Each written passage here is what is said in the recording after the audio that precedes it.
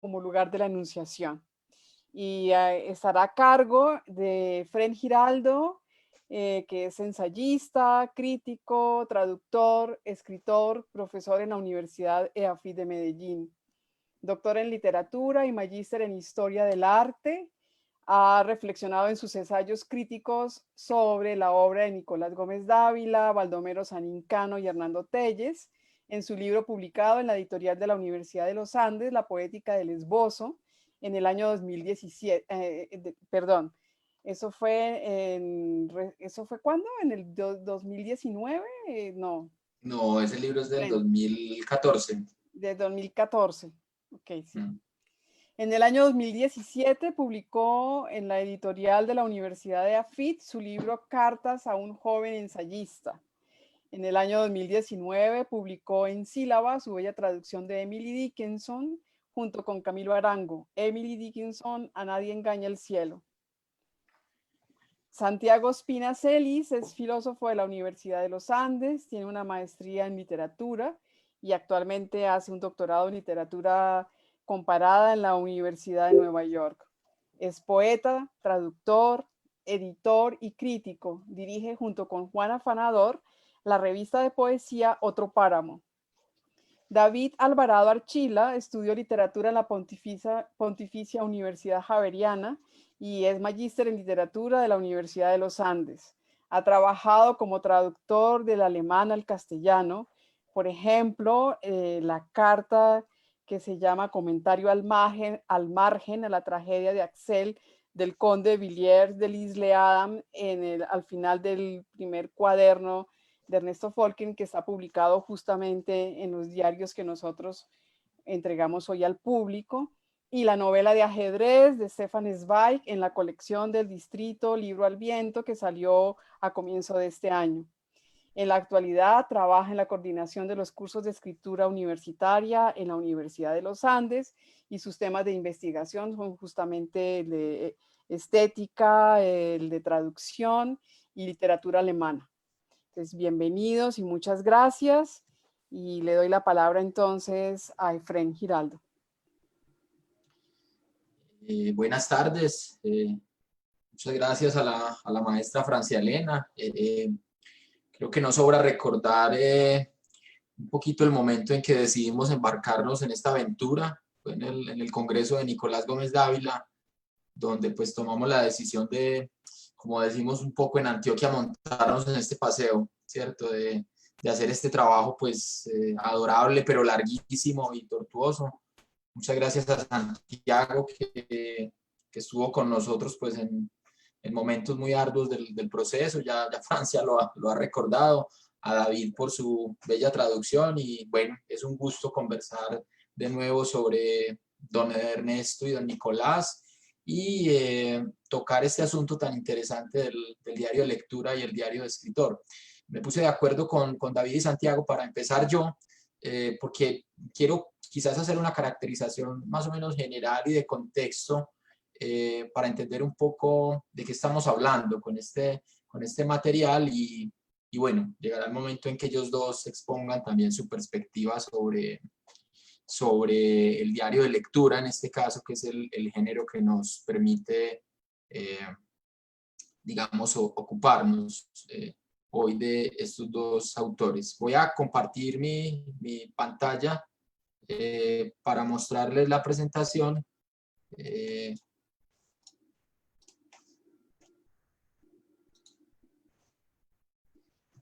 Bueno, el primer asunto que no sé si se ve ya, Francia, ¿está a la vista la presentación? Sí, sí, está muy bien, sí se ve.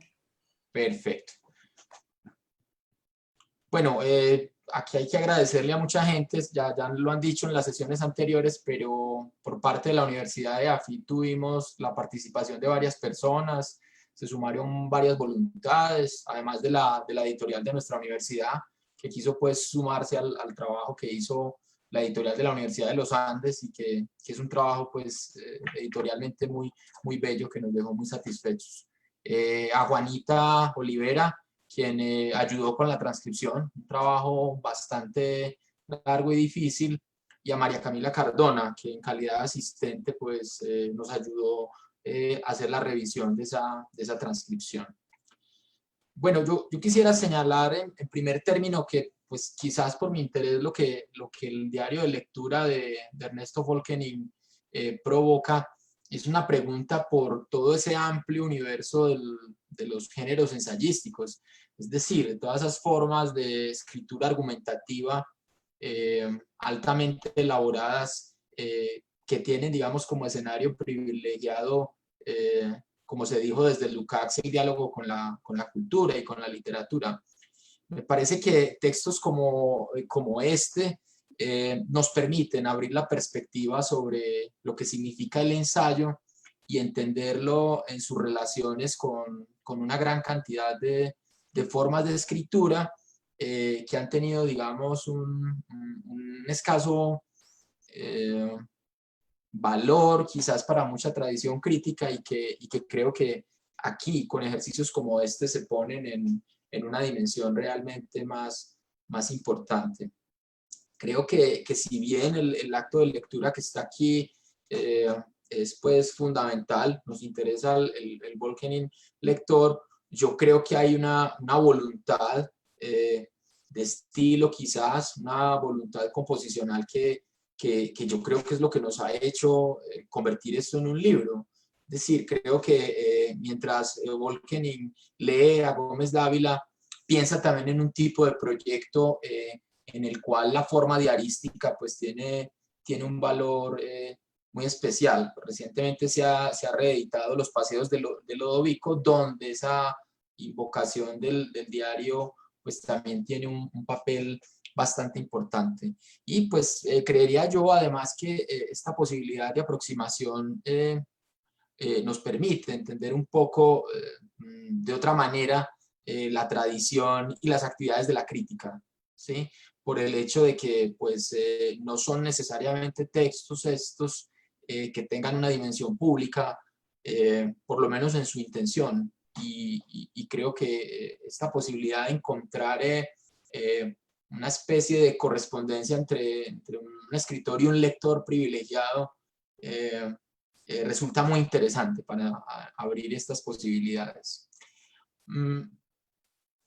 Me parece que esto nos lleva, por supuesto, a la preponderancia que empiezan a adquirir los géneros breves, que yo creo que tienen una característica pues que es realmente distintiva.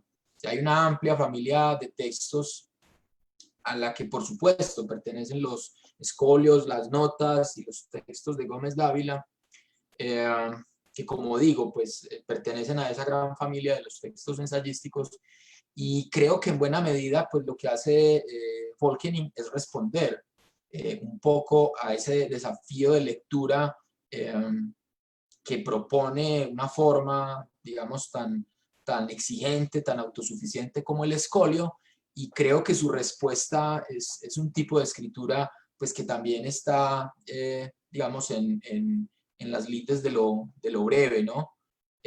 Conviene en este punto quizás señalar algo que no tenemos del todo tan presente, y es que la escritura marginal, la forma marginal, tiene unos factores espaciales, es decir, que afirman esa dimensión de la página, del espacio editorial, como una instancia que evidentemente condiciona pues, la subordinación del segundo texto que se escribe y también su lugar dentro de la página que se comenta. Conviene también en este punto recordar que, como recordaba Francia en la primera conferencia de este ciclo, pues hay una aparición de unos escolios bajo el nombre de Notas en el año 1955, creo, en la revista Mito, y que en la revista, además de esta publicación, al parecer a instancias de Hernando Telles, como lo recordó también Francia, pues encontramos un ambiente muy favorable para este tipo de escritura, porque en la revista Mito no fueron solo las notas de Gómez Dávila las que aparecieron. Y les voy a mostrar ahora unas imágenes donde eso pues evidentemente es importante. Evidentemente tenemos pues referentes muy importantes de la nota marginal que ya se han estudiado. Hay un libro muy interesante de Jackson sobre la anotación manuscrita sobre los textos.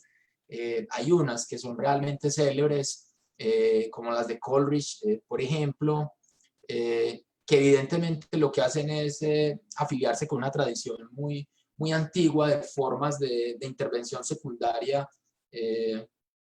dentro del texto principal, ¿no?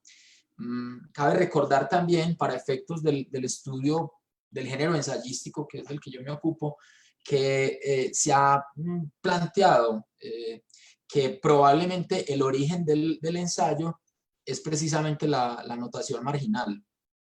Un conjunto de citas que recibían una serie de comentarios que estaban en los intersticios, comentarios que fueron creciendo hasta convertirse en el texto que alojaba esa textualidad inicialmente primaria, que son las citas. Finalmente, el más remoto antecedente editorial del ensayo es el Centón, la colección de citas que se comentaban.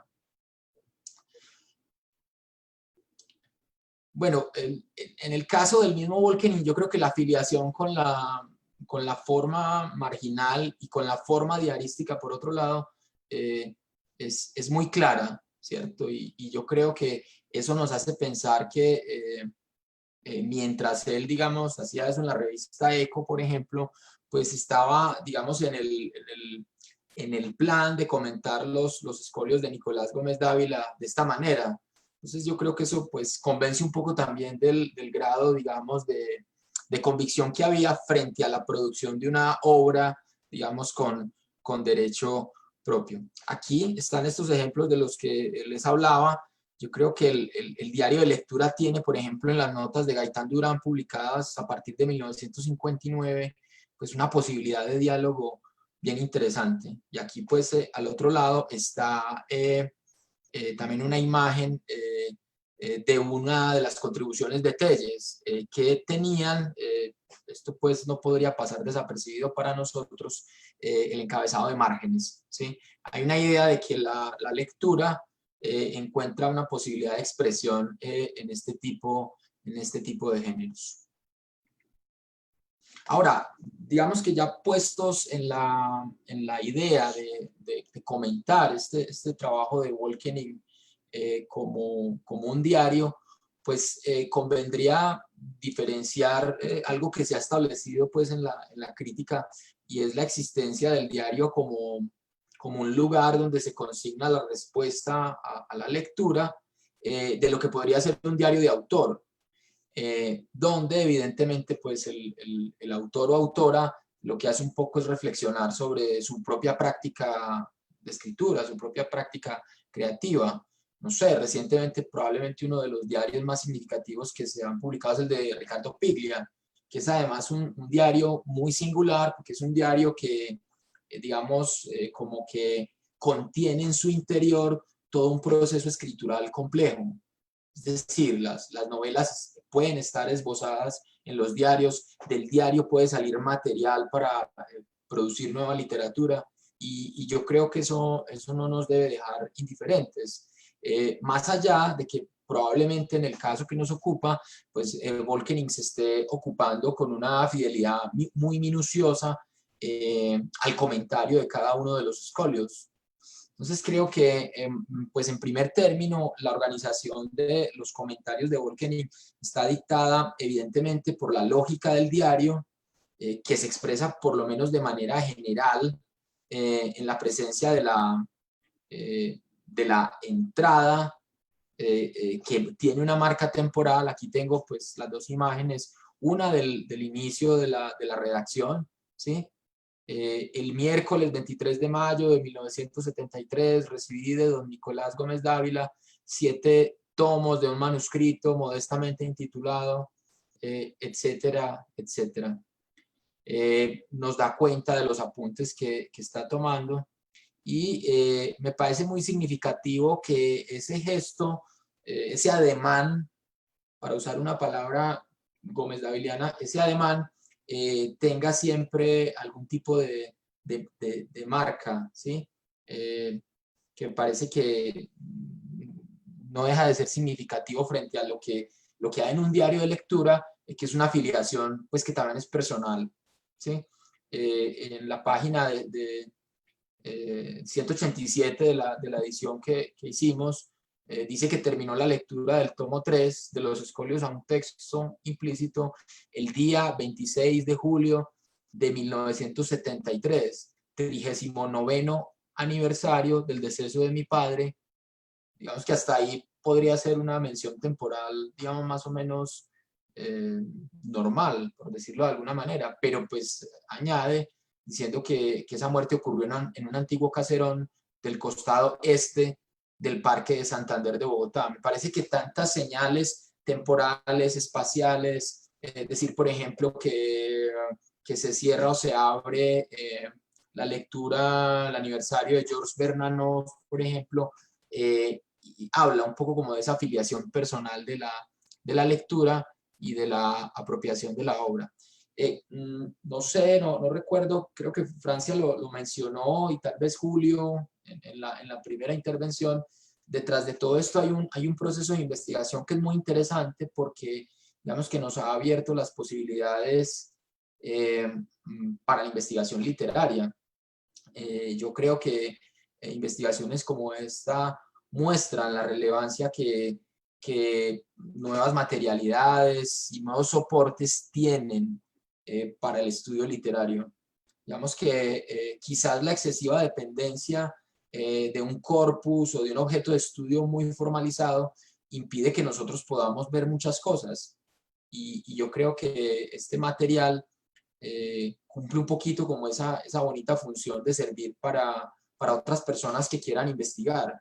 Yo creo que aquí hay posibilidades para entender pues específicamente los procesos de creación no solo de don Ernesto, sino también de la obra de Nicolás Gómez Dávila, con la tarea tan admirable de cotejo que se hizo entre distintas versiones de los escolios de Gómez Dávila.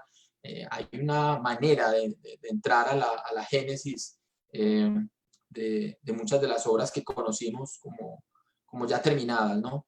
Entonces esa dimensión procesual de la lectura, de la escritura, de la creación, me parece que es un asunto que logra ponerse de relieve en este tipo de investigaciones. Y uno podría decir que quienes investiguen ya a partir de este material resultado a la vez de una investigación, pues podrán encontrar muchas cosas.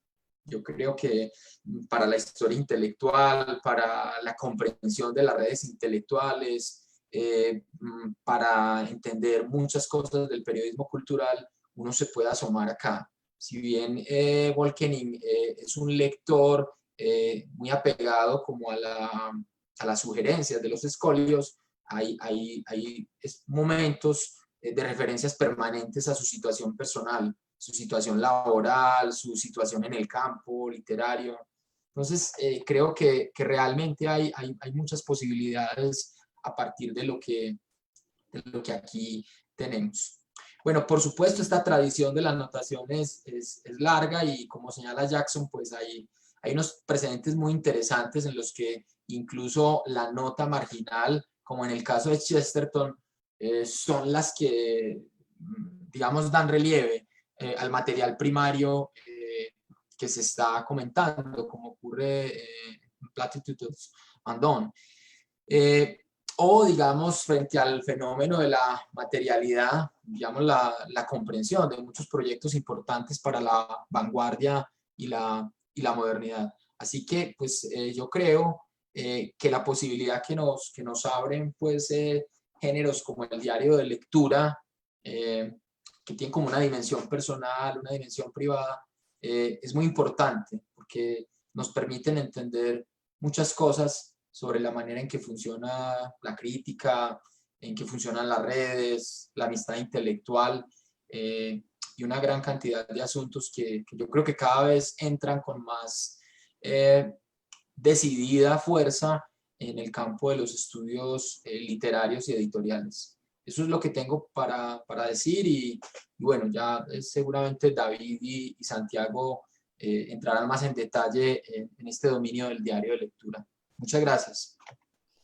Muchas gracias, Efren. Aquí pues me hicieron una pregunta en el chat de que si publicaríamos los cuadernos faltantes.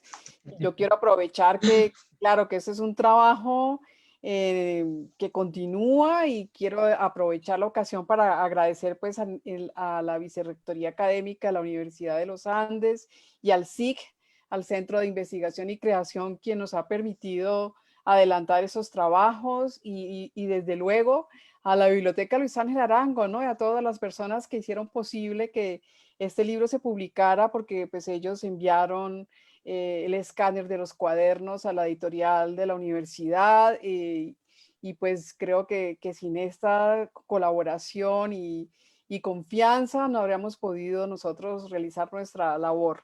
Entonces la respuesta es sí. Esperamos que ya el próximo año poder ofrecerles, ¿no? Tener en el segundo volumen, porque sería muy triste tener el primero y no tener el segundo. Eso no es posible.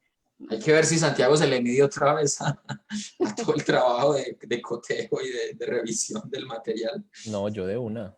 Ya está comprometido, muy bien. Es una aventura, ¿cierto, Santiago? Bueno, Claro. Santiago, le cedo la palabra. Gracias, Francia, y gracias, Efren, también.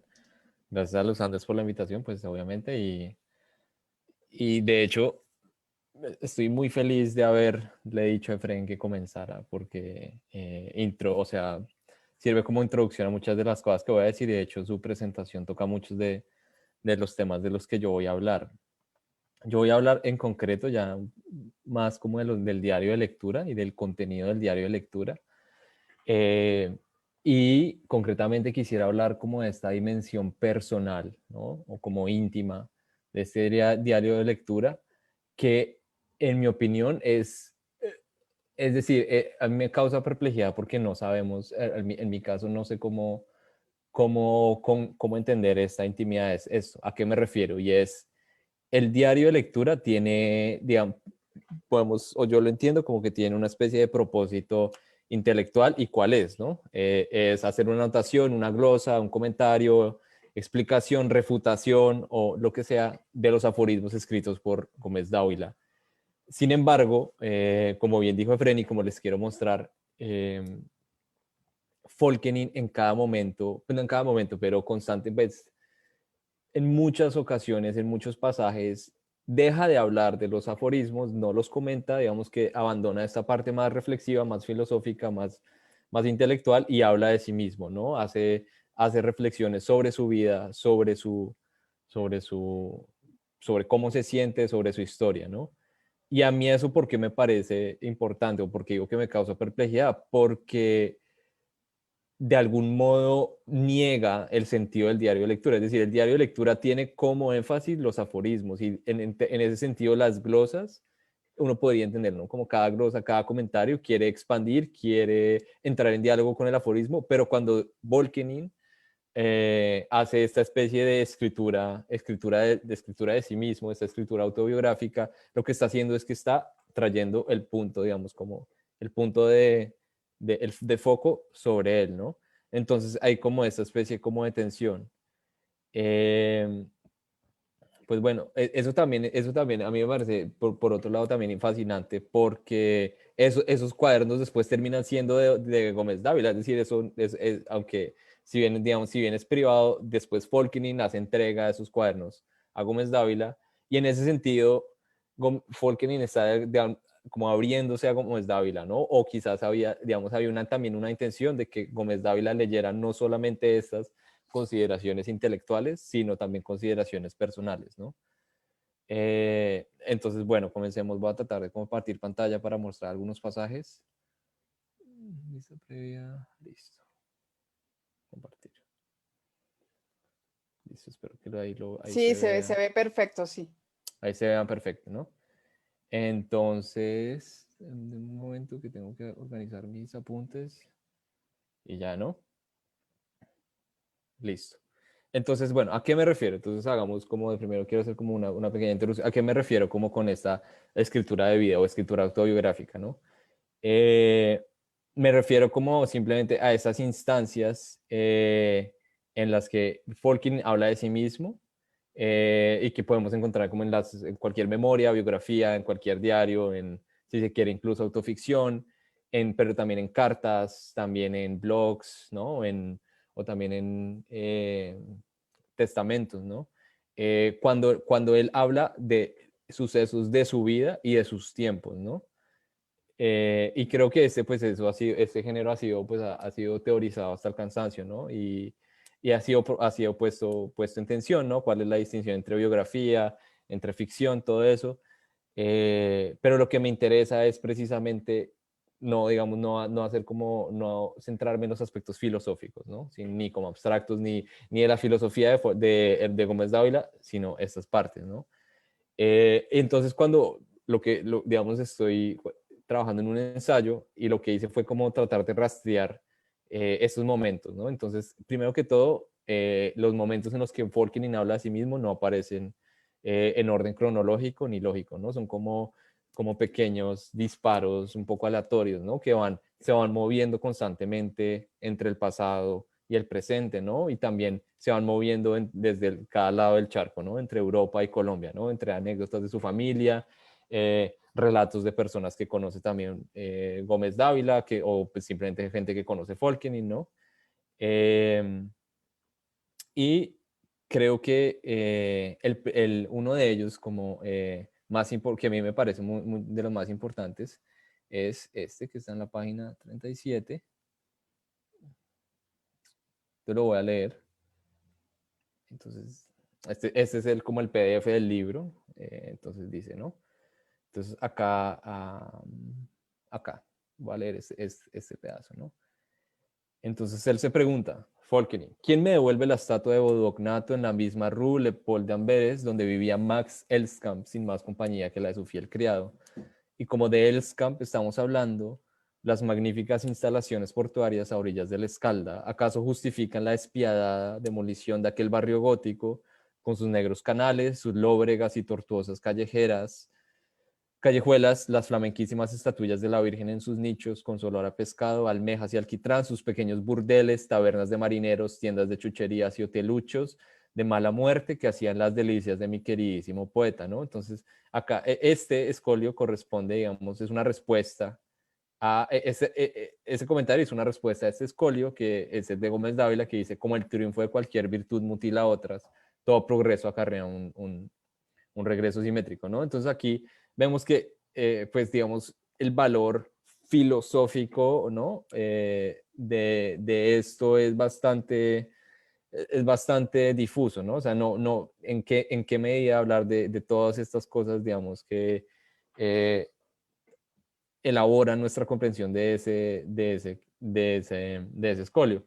Lo que a mí me parece importante es más bien es cómo acá podemos ver eh, cómo se cristaliza de alguna manera el pensamiento reaccionario, quizás que unía tanto a Gómez Dávila como a Folkenin, ¿no?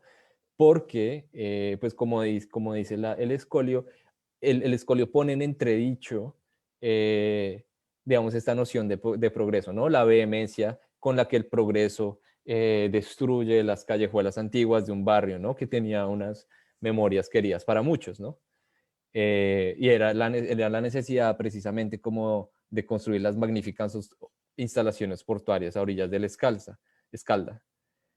Y en este caso creo que es importante, a mí me gusta este escolio porque al mismo tiempo o sea, creo que cristaliza el pensamiento reaccionario, en tanto que podemos ver cómo la nostalgia, este afecto, este sentimiento nostálgico, que es un afecto que en muchas ocasiones es claramente reaccionario, ¿no?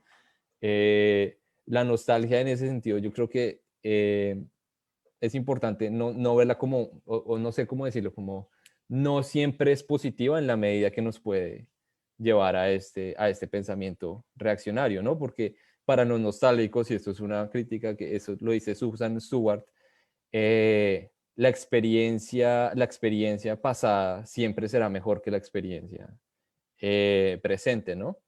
Siempre la autenticidad está en el pasado, ¿no? Entonces, siempre, el nostálgico siempre está como en una paradoja, ¿no? Como tratando de anhelar algo que ya esté un pasado perdido, que sin embargo de algún modo no existió, ¿no? Y esa especie como digamos, como que construcción dorada del pasado solamente ocurre cuando ha sido como procesada, narrativizada y mediada por la conciencia, ¿no? pero bueno, lo que me importa de eso es cómo podemos entender acá a Folkering, ¿no? Y entonces, obviamente, yo creo que este rechazo de la modernidad, este rechazo del progreso está precisamente determinado, informado como por este anhelo de un pasado de alguna manera utópico, ¿no?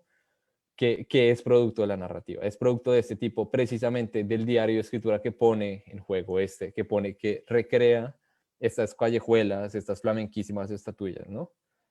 Eh, y eso también creo que es importante como también para poner en consideración como el discurso político que hay en estos cuadernos, ¿no? Como la sensación de que de alguna manera Folkenin y hasta, yo creo que en los cuadernos y hasta cierto punto Gómez Dávila siempre están como mirando al pasado en búsqueda de modelos, ¿no? En búsqueda como de claves para, digamos, como todavía como resistir a esta fuerza como avasalladora del presente, ¿no? El presente se viene, deja muchas cosas atrás y eso es también uno de los afectos, como de los sentimientos que determina como este pensamiento conservador y reaccionario, ¿no?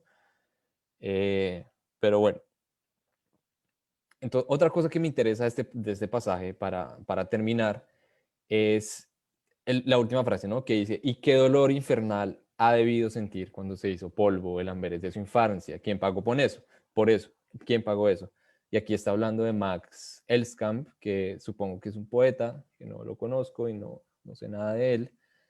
Eh, pero lo que me importa es que la nostalgia en este caso está determinada también como por el dolor que otra persona, no él, ¿no? No Folkenin, sino este tercero que es Elskam, entra en escena y el dolor que él pudo haber sentido al ver este paisaje destruido, ¿no? Entonces, en ese sentido, creo que el cuaderno nos pone, o al menos apunta a una visión en que la nostalgia no es únicamente privada, personal, ¿no? Como no es la nostalgia de solo Folkening, sino que es una nostalgia al menos colectiva, o al menos que está mediada por una relación con otra persona, que está mediada por Elskam, ¿no? Pero bueno, creo que eso me parece importante. Entonces ya como hablando en temas más generales, les dije, ¿no? Como que estos momentos en los que Folkenin habla de sí mismo, no hay ningún tipo de estructura, no hay ningún tipo de orden, vamos hacia adelante, hacia atrás, vamos en diferentes periodos del siglo XX. Entonces, por ejemplo, también hay momentos buenos, no es que todo sea malo. Por ejemplo, en esta página 43 que a mí me gustó, que yo no sabía que lo decían así, cuando Folkenin llega a Bogotá, pues dice lo siguiente. Eh, Sucedió poco después de mi llegada a Bogotá, hace 39 años, cuando por primera vez vi sumidos los cerros orientales en esa extraña luz purpúrea que tan poéticamente llaman aquí tarde de venado. En ese mismo instante comprendí, presa de una suerte de frisón, a la vez cautivador y doloroso, que lo fugaz y perecedero es el elemento constitutivo de la belleza. ¿No? Entonces, acá tenemos este momento en el que Folkenin habla de, digamos, nos entra en un momento nos pone en un momento de su historia bastante personal, como casi si estuviera construyéndose como el personaje de un relato a medida que hace una glosa de los comentarios de otro. Entonces vemos como los diferentes niveles y discursos y niveles de discurso que están en juego, ¿no? Al mismo tiempo también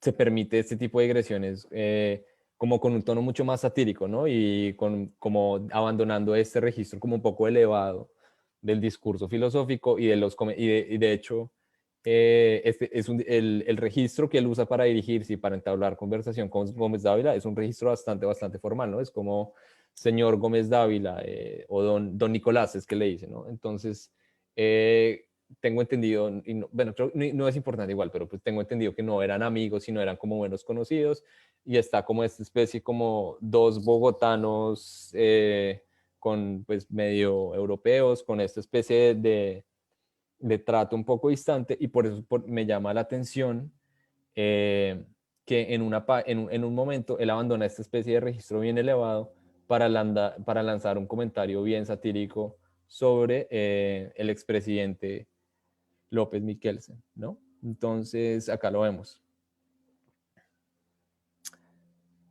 hasta dónde López Michelsen andaba despistado en esos dominios, me lo enseñó la lectura de su mala novela, Los Elegidos, el candoroso reflejo literario de esa concepción. Yo no sabía que él había escrito una novela, pero bueno. Conocía yo al personaje que había servido de modelo al protagonista de la novela. Fue Paul Kopp, un simpático y muy bien educado judío emigrado oriundo de Frankfurt, pero que con toda seguridad nunca había oído hablar de Weber y de Calvino, solo sabía probablemente el nombre.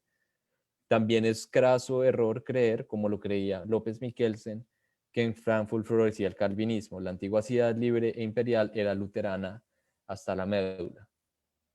Lo que me interesa de ese pasaje es precisamente como el tono satírico y como es un diario de lectura y como Folkenin está también registrando la fecha en la que él hace cada comentario, eh, esto me lleva a lo que dijo hace unos momentos Efrén, ¿no? Que es cuando él habla de su padre, que eso está en esta página. Ya les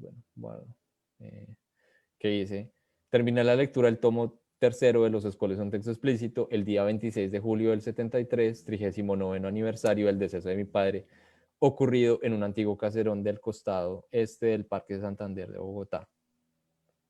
¿No? Pero bueno, más allá de eso, yo creo que los asuntos más importantes o los que, digamos, especie de temas que conjugan o enlazan estos como momentos personales son las preguntas sobre la migración, sobre la identidad, sobre el lugar, sobre la pertenencia y sobre sentirse en casa. Cuando uno lee los cuadernos, ustedes, las lectoras, verán las dificultades quizás que tuvo para adaptarse al país donde había migrado, así también como a esa tensión de recordar y de sentirse aferrado a un lugar que ya no existe, ¿no? Porque no es que él siempre estuviera mirando Europa, pensando como Europa es mi hogar, sino que la Europa que él consideraba su hogar estaba perdida, ¿no? Estaba perdida por la Segunda Guerra Mundial, estaba perdida por el avance de la modernidad. Eh, entonces, digamos que no es que fuera una oposición entre Colombia y Europa, sino que esta especie de tensión, ¿no? Eh, Escuché ahí a alguien que está hablando, como que se me está acabando el tiempo. ¿O no? No, ok. Escuchó a mi gata Ah, bueno, lo que siento. decía que se le estaba acabando el tiempo. Ah, se me está acabando el tiempo.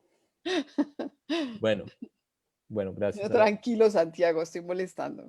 No, no, gracias a la gata. Eh, entonces, bueno, pero entonces una de los temas más, no de los temas, sino como una de las ideas que yo rastreo en esos cuadernos es que la, la búsqueda, ¿no? De Folkening, de sentirse a gusto en un lugar, de sentirse a casa, se ve impedida, se ve cortada por su incapacidad de identificarse con los lugares, ¿no? Entonces, el lugar es un tema muy fuerte para Folkening y podemos ver en los cuadernos cómo el lugar, cómo los espacios son muy importantes para construir una identidad, ¿no? Por ejemplo, después de... Espera, voy a buscar la cita porque quiero mostrarle. No, Nactel Park. Bueno, no importa. Creo que va a Amberes. Bueno, no importa. El caso es que él regresa a Amberes en el 68 y va a un parque, uno de los parques más hermosos para él, y él busca como una especie como de bosque donde él jugaba de niño, algo así. Y después cuando va a visitarlo encuentra que ha sido cortado en la mitad por una carretera de asfalto, ¿no? Entonces, y él mismo lo dice, como creo que hubiera preferido que lo hubieran bombardeado por completo en la guerra, que se hubiera destruido, porque la mutilación del parque es peor, ¿no? Y le dieron como ganas de vomitar, le dieron náuseas, ¿no? Entonces, eh, al mismo tiempo no puede, no, la Europa que está ahora no existe, los lugares, ¿no? Los lugares especialmente, no las personas, sino tanto los lugares no existen, eh, pero al mismo tiempo eso, no encuentra esa misma como potencia, esa misma como, mm, no sé, capacidad quizás en los lugares de Colombia. Y eso, sin duda, hace que él sea una persona lamentablemente que sufrió mucho, que sea miserable, que incluso, bueno, no sé, obviamente sin patologizar, pero quizás que haya sufrido depresión, y eso también es claro en los cuadernos, ¿no? Entonces, de hecho, eso sí, quizás lo voy a encontrar. Eh, Acá está, él está comentando y dice lo siguiente: un día en que hasta tal punto me tiene paralizado la mirada de la pobre bestia enviada del abismo que ni Nicolás Gómez Dávila logra sacarme de mi mortal letargo, y es mucho decir, ¿no? Entonces vemos en ese momento cómo su desesperación, su sentirse miserable, hace que ni siquiera pueda comentar, ¿no? Y es incluso tan fuerte que le impide realizar la tarea y que siente la necesidad de anotarlo, ¿no? Entonces en ese momento el diario de lectura no solo se vuelve como un diario de lectura, es decir, sigue siendo diario de lectura, pero entonces empieza a ver como biografía personal, desespero emocional, ansiedad y también una búsqueda personal, ¿no?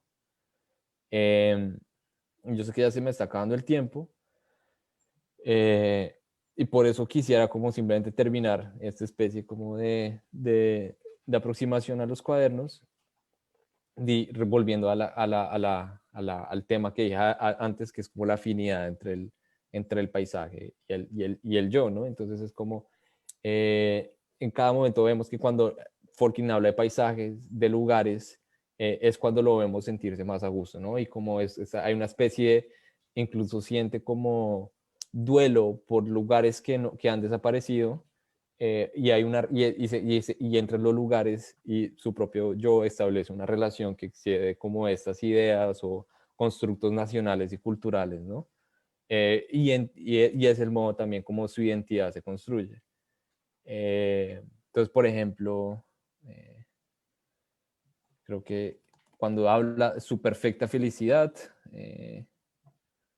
es un momento en el que él llega a un paisaje, bueno, llega a un paisaje en una especie como de parque, en una tarde de verano, y se siente absolutamente tranquilo y libre de dolor porque va a escuchar las voces de los pájaros, ¿no? Y está como entre una especie de muros blancos, y eso de algún modo como que lo lleva a recordar una experiencia arquetípica que tuvo en el jardín de la casa, ¿no? Entonces, en ese sentido, como que tienen mucha más resonancia estos lugares que diríamos, no sé, su padre, su madre, su familia. Los lugares tienen esta especie de importancia que creo que es importante, valga que pena sea redundancia, que creo que es relevante resaltar en eso.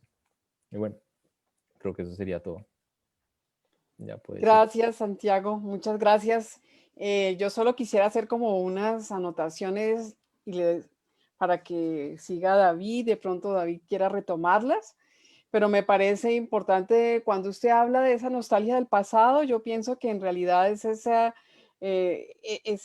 lugar de la infancia, ¿no? Y ese lugar de la infancia en donde, que no es el único que lo hace, ¿no? Está Walter Benjamin y de hecho hay en los dos una relación como esa noción de experiencia que es también, como la entiende Benjamin, esa experiencia que se transmite, ¿no? Un poco, que es como de alguna manera lo que entendemos también por tradición y que de pronto a veces nos parece conservador, ¿no? Pero es también como esas personas y también el mismo ejercicio de comprender, ¿no? Porque el ejercicio de comprender no está desligado de la vida cotidiana, ¿no? Y de la comprensión de nuestro acontecer en esa vida cotidiana, que es un poco como la insistencia también de lo que ha dicho Carlos B. Gutiérrez en esa hermenéutica propia de Gómez Dávila y de Folkenin, ¿no? Bueno, yo quería aquí leerles lo que escribieron en el chat para que continúe David. Dice, La Mancha del Quijote, libros. El ensayo en suma, el ensayo es suma de fragmentos. Esa escritura al margen, más no marginal, constituye la marca de la pulsión del pensamiento de un lector En ese sentido, el aforismo es la cartografía de la intuición y en Dávila una espectrografía de cómo estaba movilizándose su momento sociocultural. Bueno, dicho esto, le cedo la palabra a David. Gracias, Francia. Yo voy a retomar también varios de los elementos que han presentado tanto Santiago como Efrén y su mención a Benjamin, porque es una mención recurrente en los comentarios al margen, así como la noción de la tradición. Es algo central tanto para Gómez Dávila en los escolios como para Folkening en los comentarios. Yo lo que voy a hacer es orientar un poco mi intervención a partir de las preguntas. La primera pregunta sobre el significado de este texto como un diario de lectura para mí plantea tres implicaciones. Es decir, denominar este texto como un diario de lectura para mí implica, por un lado, o tiene mejor, por un lado, una implicación estilística, que es un poco a la que aludía Efrén hace unos minutos al hablar de el estilo marginal, y es en el texto predomina el fragmento. El fragmento asociado con una propuesta dialógica de Folkening con respecto a Gómez Dávila. Santiago hace unos minutos decía algo muy interesante, y es que Folkening va del presente al pasado y del pasado al presente sin, digamos, una lógica, entre comillas, debido precisamente a lo que yo veo en el texto, en este texto, y ese carácter fragmentario del texto. En el texto no hay una exégesis sistemática de la obra de Gómez Dávila, si se quiere utilizar esa palabra, sino más bien una exégesis fragmentaria que se compagina con comentarios sobre la propia vida de Folkening, con comentarios sobre la historia, sobre los acontecimientos históricos que están sucediendo en ese momento. Y en ese sentido, quiero leerles un poco de algo que dice Folkening en la página 165 del texto. Folkening incluso plantea sus comentarios como un diálogo amigable con el autor, un diálogo en el cual, dice Folkening, tácitamente presupongo la presencia de un tercero, el asno que escucha, es decir, nosotros. Por eso soy a veces mucho más explícito de lo que fuera necesario, tratándose de un interlocutor de la talla de Gómez Dávila. Traigo este fragmento del texto porque permite confirmar esa idea del diálogo constante entre Folkening y Gómez Dávila, pero también me permite establecer un puente hacia la segunda implicación que yo veo, y es esa pregunta por el diario que estaba poniendo sobre la mesa Efrén y que también ponía sobre la mesa Santiago al hablar de digamos, de esa tensión entre lo íntimo y lo académico, entre lo íntimo y la glosa, la marginalia que comenta el texto de un filósofo. Implica también entonces la pregunta por si Folkening quería realmente solo hacer un diario implícito. Hace unos minutos Efrén hablaba de la voluntariedad de la composición de estas notas, y en este fragmento se puede ver que Folkening tenía en su cabeza dos tipos de lectores. Por un lado, a Nicolás Gómez Dávila como el autor de los textos que él está glosando, y por otro lado, a un lector novel de la obra de Nicolás Gómez Dávila. De hecho, es recurrente que en algunos de los comentarios Folkening le ofrezca a ese lector, a ese tercero, o como en el fragmento que les acabo de leer, a ese asno que escucha, algunas recomendaciones para adentrarse en la obra de Nicolás Gómez Dávila. Por ejemplo, en la entrada del 29 de julio de 1973, le dice a los lectores que no pueden ir cándidamente, es decir, de manera inocente por el texto de Gómez Dávila, que tampoco debe tener familiaridades con el texto, no debe asumir familiaridades con el texto, y por último que debe respetar algunas zonas ocultas de ese pensamiento de Gómez Dávila. Entonces, lo que me permite a mí evidenciar estos comentarios de Folkening es que es un diario de lectura, que Folkening con este texto se inserta en una tradición de la escritura del diario como un género documental y literario.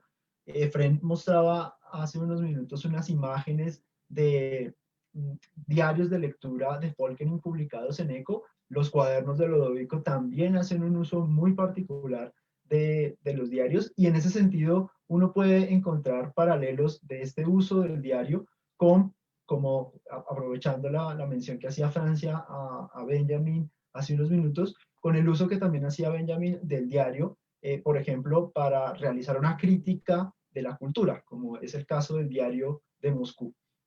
Pero también uno puede hablar aquí de esos diarios de escritor, como decía Efraín hace unos minutos, que se escriben para ser leídos. Un ejemplo claro es la edición de los diarios de Kafka realizada por Max Brod, pero también yendo hacia antecedentes anteriores a la modernidad, podemos hallar los diarios de Mary Shelley, el diario de viaje por Italia y Alemania de Mary Shelley, el diario de Montaigne, que está muy relacionado con lo que aparece en varios de sus ensayos, o los diarios, por ejemplo, de Goethe, para hablar un poco de la tradición germanística que manejaba Folkening y que también alude muchas veces allí en sus comentarios. Y en tercer lugar, me parece a mí importante, un poco para retomar lo que decía Santiago, que una tercera implicación, valga un poco la redundancia, sobre qué significa esto como un diario de lectura y qué significa que Folkening presente en muchos lugares su experiencia vital, o qué significa, o cuál es el lugar de enunciación de la exégesis realizada por Folkening. Al inicio del texto, Folkening habla acerca de una afinidad electiva con Nicolás Gómez Dávila, una afinidad electiva que comparte presupuestos teóricos, pero que también puede implicar algunos sesgos, sobre todo con respecto a la interpretación que realiza Folkening. Y un poco es lo que relaciono con aquello que estaba diciendo Santiago sobre el pensamiento reaccionario. Tenemos a dos personas que coinciden en muchas cosas. Coinciden la gran mayoría de veces en las maneras de pensar sobre temas. Son pocas, son contadas las ocasiones en las que Folkening objeta o replica, aunque las objeciones y las réplicas son interesantes, ya voy a ir hacia allá. Entonces, creo que entrar a la lectura o comenzar a leer estos comentarios al margen también implica ser consciente de los presupuestos teóricos de Folkening y las afinidades teóricas y culturales de Folkening con Nicolás Gómez Dávila, y también, por supuesto, los sesgos que puede llegar a tener Folkening precisamente por esa afinidad con Gómez Dávila. Con respecto a una pregunta por el tipo de lector, que es la segunda pregunta que proponía Francia al inicio de esta conversación, y que Santiago la hablaba un poco, aludía un poco a ese lector un poco íntimo, a ese lector que estaba cómodo en algunos paisajes o que se sentía más tranquilo en algunos paisajes. Yo identifico que en Folkening también hay una pluralidad de lectores. Por un lado está el lector como un editor. Recordemos que Folkening fue el director de la revista Eco y daba, digamos, una pauta editorial en la revista. Lo mismo ocurre en un par de comentarios a los escolios. Por ejemplo, hay escolios en donde Folkening le propone a Nicolás Gómez Dávila maneras de redactar para que, cito aquí literalmente a Folkening, el escolio sea más diáfano, es decir, más claro, o hay escolios en donde a la par que está hablando de experiencias vitales, le dice a Nicolás Gómez Dávila que hay una premisa que, hablo de nuevo una cita aquí, una premisa es débil y por ser débil resta fuerza a las anteriores y entonces el argumento se cae. Entonces allí hay un lector, la mirada de un lector, de un editor de texto que que tiene el propósito de la mejora, un propósito que se relaciona con parte de lo que dice Folkening al inicio, pero también hay un lector académico que es muy interesante porque por un lado califica a Nicolás Gómez Dávila como un outsider del mundo filosófico, intenta insertarlo a la vez en una tradición. Es frecuente la manera en la que Folkening intenta establecer una diferencia entre Ernst Junga, el pensamiento de Ernst Junga y Nicolás Gómez Dávila, una distancia entre algunos planteamientos kantianos o algunos planteamientos hegelianos, y a la vez es muy interesante cómo hace énfasis en que Nicolás Gómez Dávila hace parte o tiene una estrecha relación con Pascal y los moralistas franceses del siglo XVIII, con Nicolás de Cusa, con el romanticismo alemán, con planteamientos teóricos de Schiller, por ejemplo, y de Friedrich Schiller. Santiago hace unos minutos nos mostró un fragmento, por ejemplo, en el que un poco más arriba Tolkien establecía una relación entre una propuesta de lo trágico presentada en un escolio por Nicolás Gómez Dávila y la propuesta de lo trágico de Schiller. Entonces, es muy interesante porque intenta insertarlo en una tradición filosófica a la vez que lo califica como un filósofo outsider. Y por otro lado, en las contadas ocasiones que lo objeta, es una objeción, digamos, ese lector académico es un lector sumamente riguroso. Por ejemplo, presenta contraejemplos, valga la redundancia, o presenta ejemplos que invalidan el escolio de una manera particular. Un ejemplo claro es el ejemplo de la Unión Soviética que presenta Folkening para invalidar la propuesta de Gómez Dávila de que solo en una sociedad jerarquizada el hombre puede ser libre. Hay momentos en donde protesta hacia las generalizaciones de Gómez Dávila. Hay momentos en donde señala los peligros de llevar al extremo algunas afirmaciones, en donde señala generalizaciones indebidas. De nuevo, se relaciona mucho con el lector editor, este lector académico. O, por ejemplo, hay momentos en donde le solicita a Gómez Dávila precisar el lenguaje. Un ejemplo claro es con respecto al escolio 433, en donde Gómez Dávila afirma que aceptar el vocabulario de los enemigos es rendirse ante esto sin saberlos. Y la respuesta de Folkening es que, por un lado, una cosa es aceptar y otra cosa es ignorar.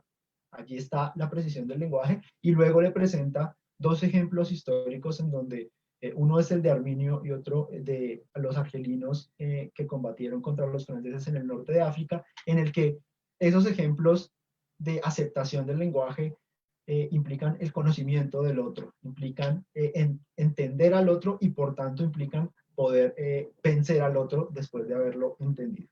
Entonces, ese es un lector muy interesante para mí, es un lector académico, de nuevo, sumamente riguroso. Y a la par de estos dos lectores, como decía muy bien Santiago, hay un lector emotivo, hay un lector que recuerda, un poco para retomar también lo que dice Francia, que recuerda la experiencia vital, algo fundamental para él, pero también que se entusiasma fervorosamente con los escolios de Gómez Dávila. De cierta manera, hay momentos en donde uno podría hacer un paralelo con la reacción de un niño frente a un juguete nuevo.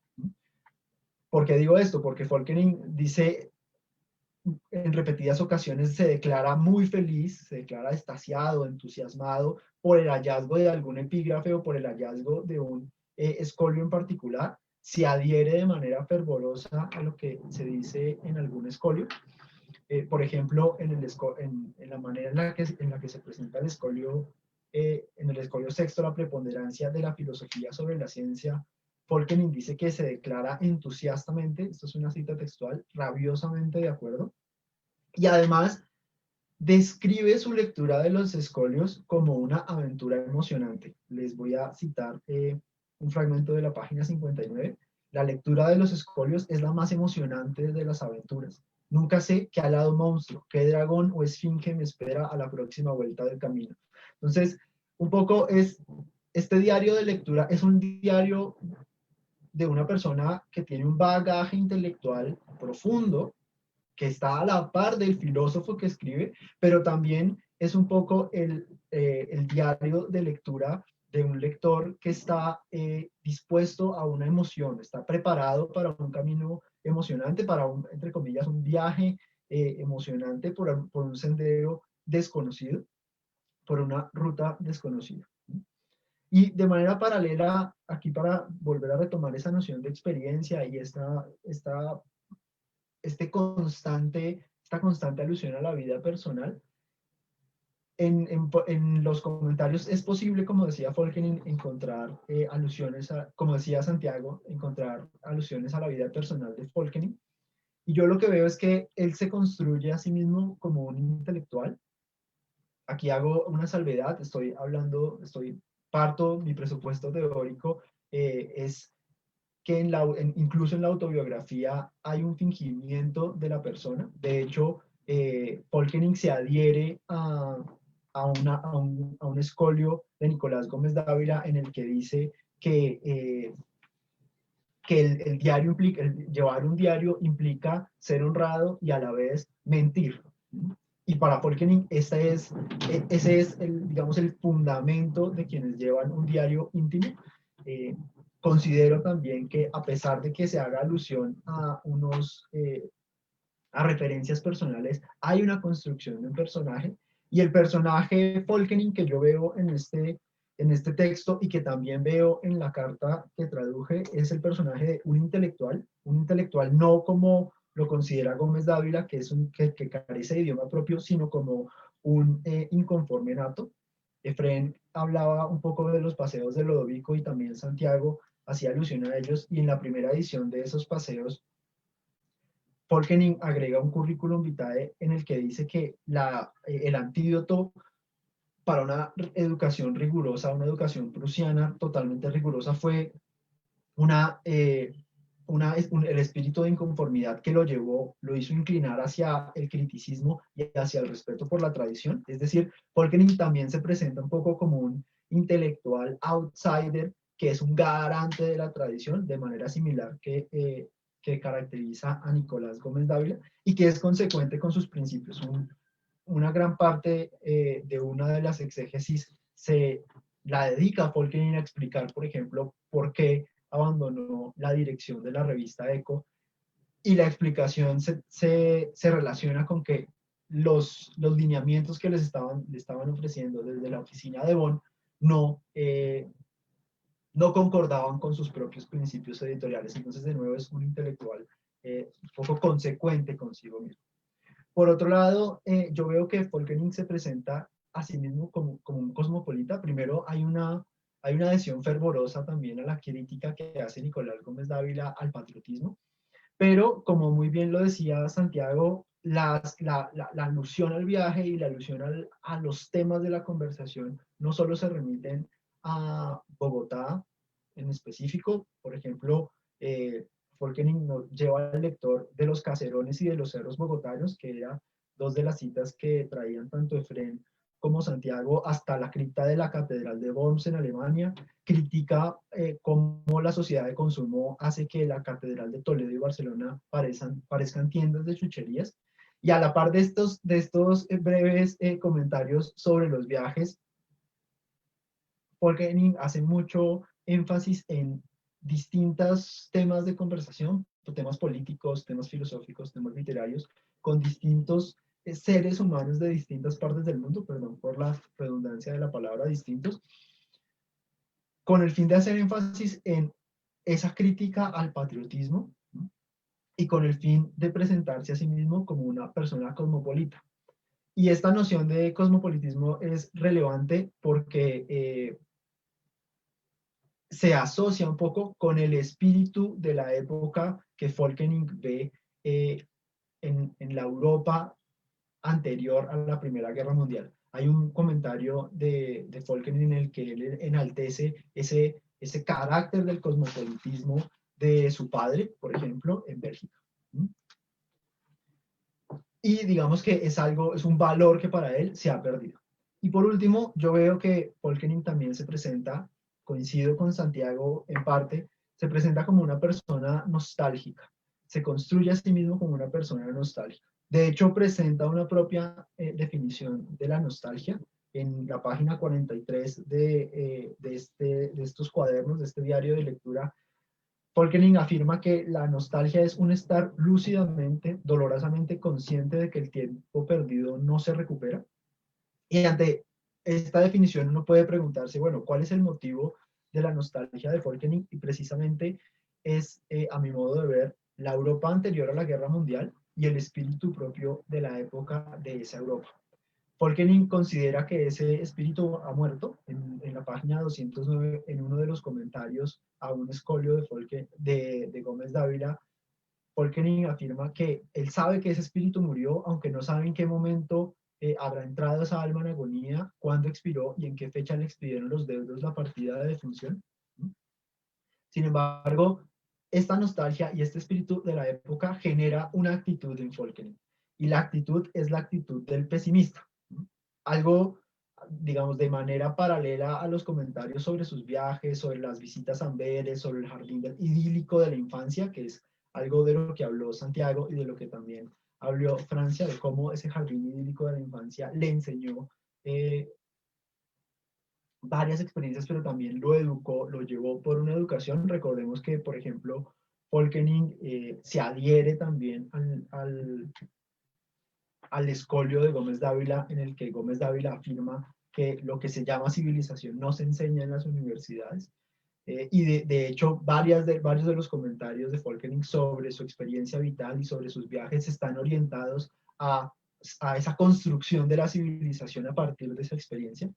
Sin embargo, esta nostalgia de este mundo perdido le genera una actitud, o implica que asuma una actitud, y es la actitud de un pesimista frente a su tiempo contemporáneo, un pesimismo que él califica como la única actitud adecuada, digna del hombre maduro. Esta es una cita que tomo también de la página 149 de esta edición.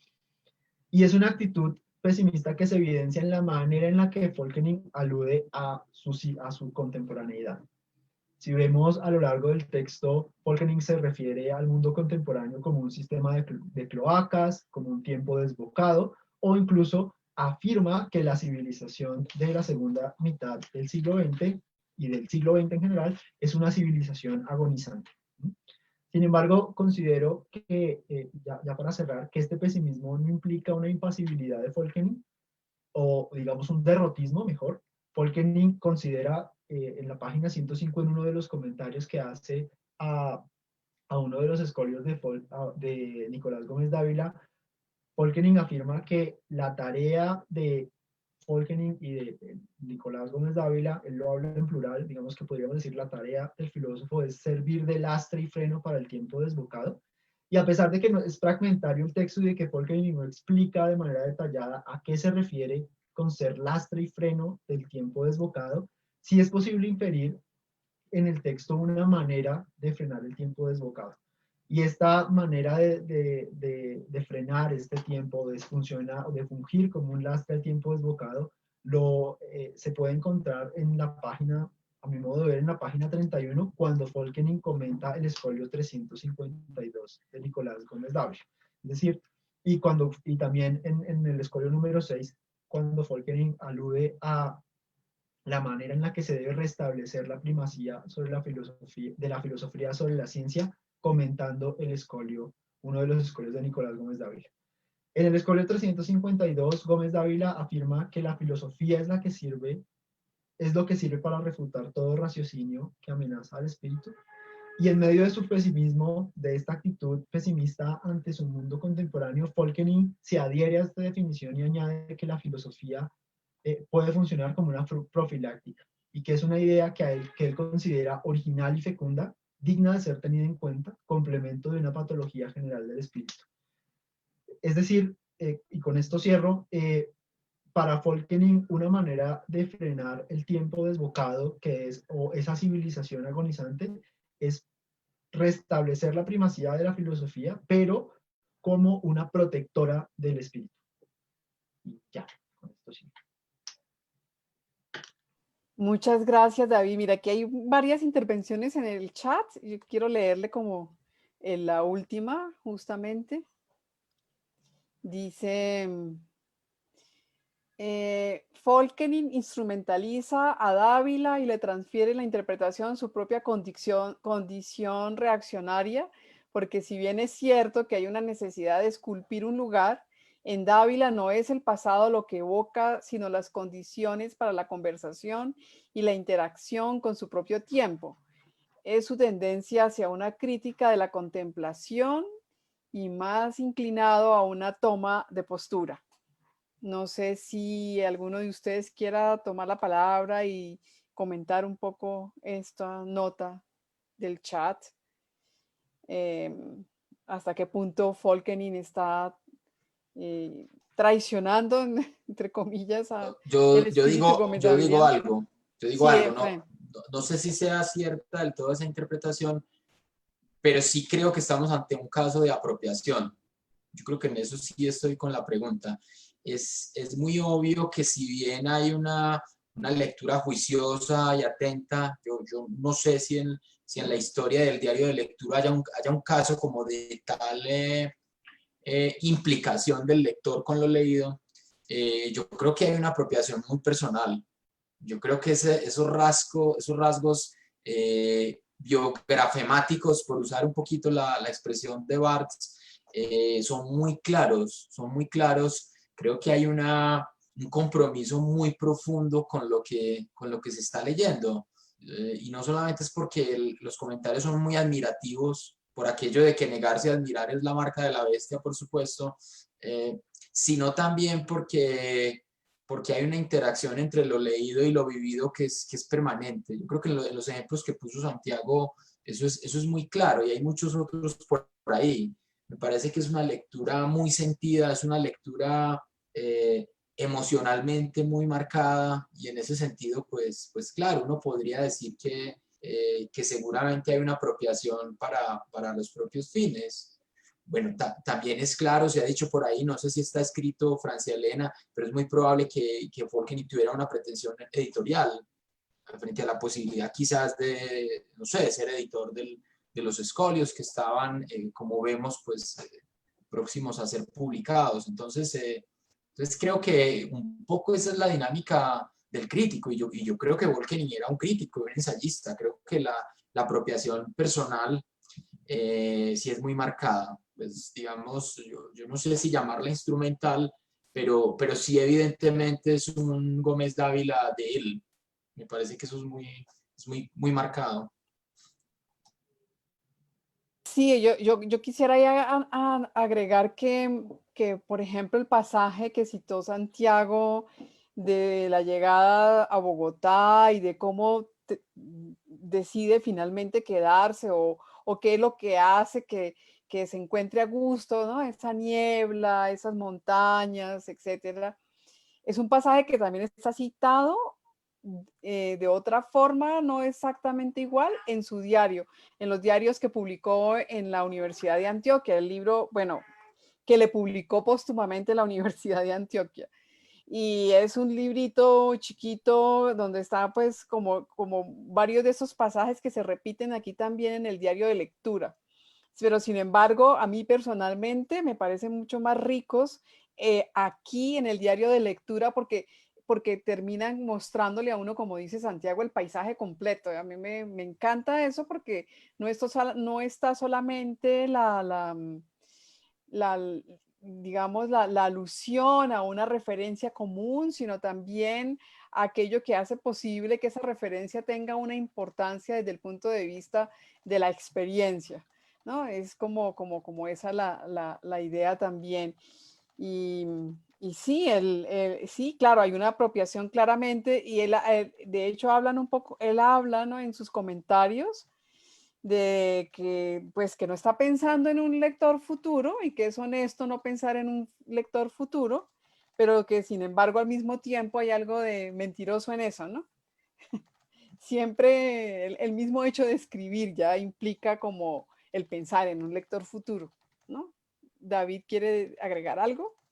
Sí, yo estoy de acuerdo con ustedes dos. Creo que la palabra apropiar es la apropiación y es una apropiación que incluso desde el inicio de los cuadernos preocupa a Folkeny. En la página 7 y en la página 9 de los comentarios, él se pregunta a sí mismo, abro aquí una cita, ¿hasta dónde implica mi manera de glosar los escolios una manera harto subjetiva, incluso arbitraria, de apreciar la obra del autor en cuanto escojo un aforismo que visto de conjunto quizás le parezca a Gómez Dávila menos importante y en cambio pase por alto otro tal vez mucho más esencial para su pensamiento? ¿En qué medida refleja tal modo de proceder solo mi propia situación del momento, mis predilecciones y aversiones, o peor todavía, las limitaciones de mi intelecto impidiéndome, perdón, la adopción de una actitud verdaderamente comprensiva? Entonces, creo que se trata de una apropiación y de una interpretación de Gómez Dávila a lo largo de los comentarios. De hecho, una interpretación subjetiva y que, como reitera en varias ocasiones Folkening a partir de la noción de contexto que presenta Gómez Dávila en algunos de sus comentarios está marcada por ese contexto. De hecho, uno podría hacer paralelos entre la noción que presenta Folkening de el lugar de enunciación y el contexto de enunciación de una interpretación o de un comentario y la propuesta del horizonte de expectativas de Jaws, de la teoría de la recepción, porque sí está muy marcado por ese contexto y esas vivencias personales de Folkening, lo que comenta él sobre los escollos. Con esto cierro esta intervención. Bueno, muchas gracias, David. Ya estamos pues cerrando. No sé si Santiago quiere agregar algo. Yo quisiera leer aquí en el chat un comentario de José Miguel Gómez que dice, creo que Fren tiene razón. Lo curioso es que esa manera de aproximarse, me perdí, es coherente con esa búsqueda de lo concreto y del diálogo con los amigos muertos, los libros de la biblioteca que tanto recomienda Gómez Dávila. Y bueno, pues Efren le responde, no sé si Efren quiera leerlo, no sé, la respuesta. No, nada, no es nada que merezca la pena ser leído. No, yo lo que quiero señalar es que sí hay una pulsión muy fuerte en torno al aquí y a la hora, ¿sí? Que yo creo que hace en gran medida parte de lo que estructura la concepción reaccionaria, ¿no? Frente a esa posible fuga a otros tiempos, está, digamos, como correlato la presencia por momentos opresiva del presente. Yo creo que una lectura interesante de este diario puede mostrar esas marcas a la situación política, a los políticos colombianos, al orden bipolar, digamos como al imperio del capitalismo global. Eso es permanente. Y es muy interesante porque estos señores hablan como si ambos fueran espíritus del pasado, pero efectivamente quienes están conversando están vivos. Un poco en el caso de Volkening es claro, digamos, que hay una situación particular que él está viviendo en términos profesionales, que eso no lo mencionamos acá. No sé si en otras charlas se mencionará, hay un momento en que, bueno, David hizo alguna referencia a su desvinculación de la revista Eco, por ejemplo, y en ese pasaje donde hay esa afirmación como de los principios innegociables del editor, que cuando él ve asaltado lo llevan un poco como a irse. Entonces sí, creo que esa idea frente a los espíritus del pasado es muy propia de la escritura ensayística, ¿sí? Hay una amistad en la biblioteca y es lo que le permite a Montaigne, evidentemente, pues dialogar con Tucídides, con Cicerón, con Séneca, y ese carácter de diálogo amistoso que se expresa en la cita se ve un poco acá, pero digamos lo que hace especial al diálogo de estos diarios es que, insisto, son personas que están vivas y están compartiendo pues un horizonte histórico. Señalaba también en el comentario que en un ejercicio que hicimos en la universidad, uno de los desarrollos de investigación, intentamos hacer como un inventario de las referencias conceptuales de los diarios, porque estos no son solo comentarios, digamos, en torno a la apreciación literaria o filosófica de los textos, sino que aquí hay muchas referencias a la filosofía, hay referencias a la filosofía de la historia, por ejemplo, que es una cosa que me llama mucho la atención. Entonces, sí, creo que hay una posibilidad bien interesante de entender esto desde esa perspectiva de la conversación con los otros autores. Gracias, Efren. Bueno, ya se nos acaba el tiempo, sin embargo, hay una mano levantada. Omar González, no sé, Germán, si hay tiempo para darle la palabra a Omar, si le puede habilitar el micrófono. Hola, buenas tardes. No, mi intervención es corta. Por un lado, el tema de la apropiación de Volkin, en esa relación también hay una especie de interlocución, porque de alguna manera encuentra Volkin en Dávila un sujeto en el contexto intelectual en que ellos están, un sujeto con quien poder de alguna forma establecer un diálogo. De hecho, es el propósito de Nicolás Gómez Dávila. Sin embargo, ese diálogo, Volkin termina moralizándolo. Y por eso de pronto en la interpretación en el diario, que se ve que es una influencia más francesa, y a mi parecer en Dávila lo que hay sí hay una influencia de la tradición filosófica alemana, más que todo por el lado de Karl Kraus y por el lado de Nietzsche, y no me sumo a esa interpretación del pesimismo que supuestamente hay en Dávila. No veo el pesimismo en Dávila desde una perspectiva schopenhaueriana, pero sí veo más como una, una una búsqueda de construcción de una sensibilidad capaz de poder asumir un diálogo, más que una contemplación o por lo menos una autobiografía, tal cual como aparece, por ejemplo, en románticos como Novalis. No hay explícitamente una autobiografía, más bien ahí es una toma de posición. Bueno, gracias, Omar. No sé si Santiago quiere agregar algo al respecto, o David o Efren. No, yo estoy de acuerdo con lo que han dicho, con lo que han dicho Efren y David. Okay. Y gracias a los demás por participar. ¿Alguna anotación a lo que dice Omar? Porque pues yo creo, Omar, que en el libro, en el diario de lectura de Folkerin, él no solamente señala una influencia francesa, él realmente hay una influencia alemana, inglesa, ¿no? De hecho, de la antigüedad clásica también, ¿no? Él señala una cantidad de influencias y de referentes comunes que, entre otras cosas, es posible que también sean generacionales, ¿no?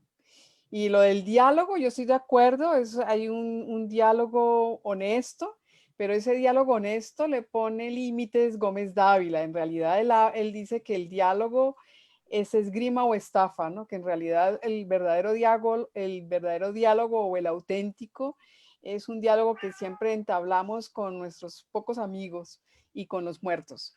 O sea, con los muertos, es decir, con todos los libros de la biblioteca, pero con todos los autores que están ahí, ¿no? Pero en realidad no es un diálogo, no es que crea realmente del ejercicio del diálogo per se Gómez Dávila, ¿no? Yo creo que de hecho lo demuestra el hecho de haber regalado esos mecanoescritos, de haberle regalado esos mecanoescritos a Folkerin en el 73 y a muchos otros de sus amigos, como en ese entonces, a Hernando Telles, a Álvaro Mutis, a Pisano de Brigar, Daniel Pisano de Brigar.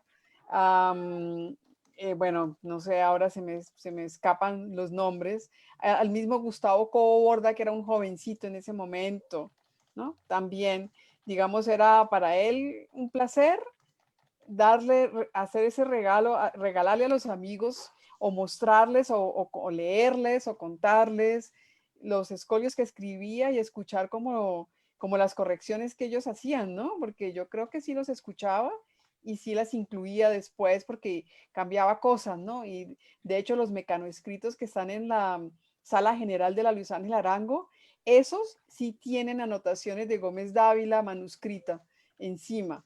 Lo que no tienen los libros suyos de la biblioteca, sí están en los mecanoescritos y uno ve ahí como ese diálogo con los amigos, pero que son amigos que son, por ejemplo, en el caso de Cobo Borda y en el caso de Ernesto Folkerin, como dijo muy bien David, que me parece que uno no solamente ve el diario de un lector, sino el diario de un lector que es un editor y un académico. Sí. Y que ve, como dije yo el lunes, a Dios en los detalles. ¿No? Porque eso es lo que hace un editor, ver a Dios en los detalles. Entonces, sí, acá dice Omar, y ya para terminar, porque ahora sí nos pasamos, dice, así es, un diálogo constante que provee, perdón, me perdí, una visión. Sí, de acuerdo, Omar. Y muchas gracias por su participación. Muchas gracias a ustedes, muchas gracias Efren, muchas gracias David, muchas gracias Santiago, muchas gracias Germán tras bambalinas, muchas gracias a todos los oyentes y los esperamos mañana a las 4 de la tarde, ya nuestro último día de conversación, para hablar sobre las notas y los protoescolios que aparecen en esas notas, o así los llamamos nosotros. Vamos a ver ustedes si están de acuerdo o no, de acuerdo con la conversación de mañana entre Juan Fernando Mejía y Pablo Román. Bueno, muchísimas gracias y que tengan una feliz noche. Gracias, Laura, a usted también. Gracias. Hasta Gracias, luego. Francia. Gracias, Germán. Chao, Gracias. gracias.